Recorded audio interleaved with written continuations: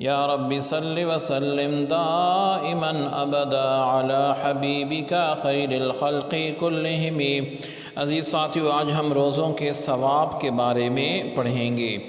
حدیث پاک میں مسلم شریف میں نبی علیہ السلام کا ارشاد مبارک ہے، کل عمل ابن آدم، کہ آدم علیہ السلام کا ہر عمل یضاعف الحسنۃ بعشر امثالہا، کہ ایک نیکی کا ثواب 10 گنا سے لے کر الی 700 ضعف 700 گنا تک ہے۔ وقال اللہ تعالی، اور فرمایا اللہ رب العزت نے، الا الصوم، سوائے روزے کے،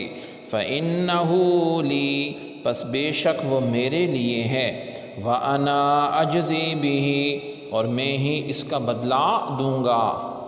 یہ تو روزے کا ثواب ہے۔ پھر افطاری کے اجر و ثواب کے بارے میں فرمایا گیا، من، جو شخص فطرا، افطاری کروائے، فیہ صائمن، اس مہینے میں کسی روزہ دار کی، کان مغفرۃ لذنوبہ، تو اس کے لیے گناہوں کی بخشش ہوگی، وعتق رقبتہ من النار، اور وہ اپنی گردن کو جہنم کی آگ سے چھڑا لے گا، وَكَانَ لَهُ مِثْلُ أَجْرِهِ، اور اس کے لیے روزہ دار جتنا اجر و ثواب ہوگا، من غیر ان ينتقص من أجره شيء، اس کے باوجود بھی کہ روزہ رکھنے والے کے ثواب میں کوئی کمی نہیں ہوگی، اور جتنا ثواب روزہ رکھنے والے کو ملا ہے افطاری کرنے والے کو بھی ملے گا۔ اور ایک دوسری حدیث میں یہاں تک ارشاد ہے، مفہوم ہے، چاہے ایک گھونٹ پانی سے یا ایک کھجور سے کسی کو آپ افطاری کرواتے ہیں تب بھی یہ فضیلت حاصل ہوتی ہے کہ مغفرت ہے، ہاں جہنم سے آزادی ہے، اور روزہ دار جتنا اجر و ثواب ہے، سبحان اللہ، کیسا اجر و ثواب ہے جس کا انسان اندازہ اور گمان تک نہیں کر سکتا۔ نبی علیہ السلام ارشاد فرماتے ہیں، الصیام نصف الصبر وعلی کل شیء زکاۃ وزکاۃ الجسد الصیام، روزہ نصف صبر ہے اور ہر چیز پر زکوٰۃ واجب ہے، اور جسم کی زکوٰۃ جو ہے یہ روزہ ہے۔ پھر ارشاد فرمایا، الصیام لا ریاء فیہ، قال اللہ تعالی هو لی وَأَنَا أَجْزِي بِهِ، یدع طعامہ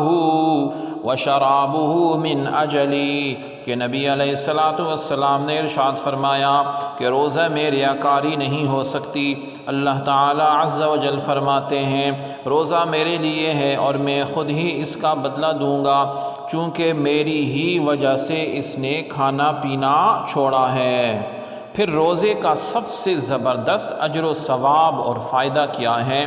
ارشاد ہوا، الصیام والقرآن یشفعان للعبد یوم القیامہ، یقول الصیام اے ربی انی منعته الطعام والشہوات بالنہار فشفعنی فیہ، ویقول القرآن رب منعته النوم باللیل فشفعنی فیہ فیشفعان،